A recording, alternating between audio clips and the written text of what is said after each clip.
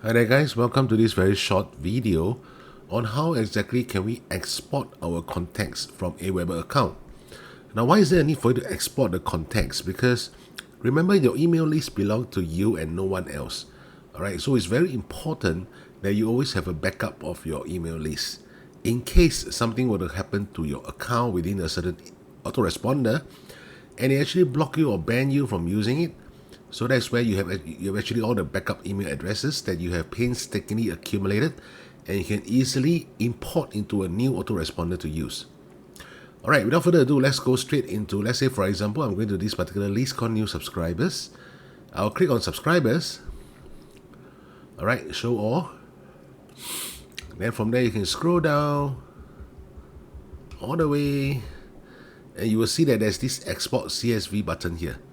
Alright, if you click on it, automatically it will export for you into a CSV format in an Excel spreadsheet, which will look something like this. Alright, it's going to look something like this. Okay, don't have to bother so much about all these different fields, because end of the day, if you were to want to import into a new autoresponder, all you need to do is just to drag the entire CSV file into the new AR, alright, into the new autoresponder, and you will be done. Okay guys, so I'll see you in the next video. Take care.